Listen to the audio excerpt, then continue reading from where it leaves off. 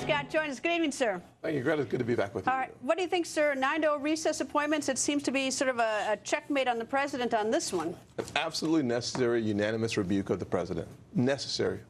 Everyone needs to follow the laws of the country. We heard just recently about the IRS. Now we see the NLRB.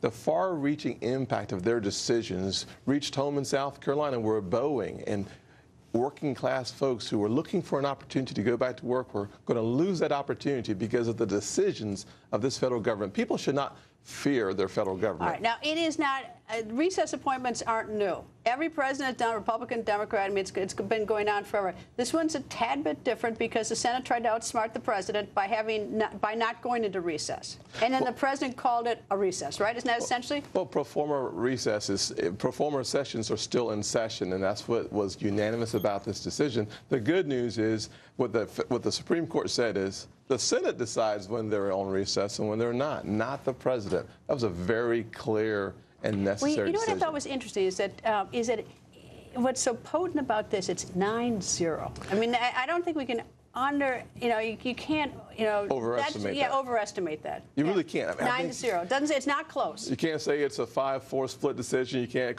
blame the conservatives or the liberals or the swing vote. The fact of the matter is what we saw today allowed new air to come into the lungs of the average person who's saying, can I trust the actions of my government? Does the concept of balance of powers, checks and balances, does it really work?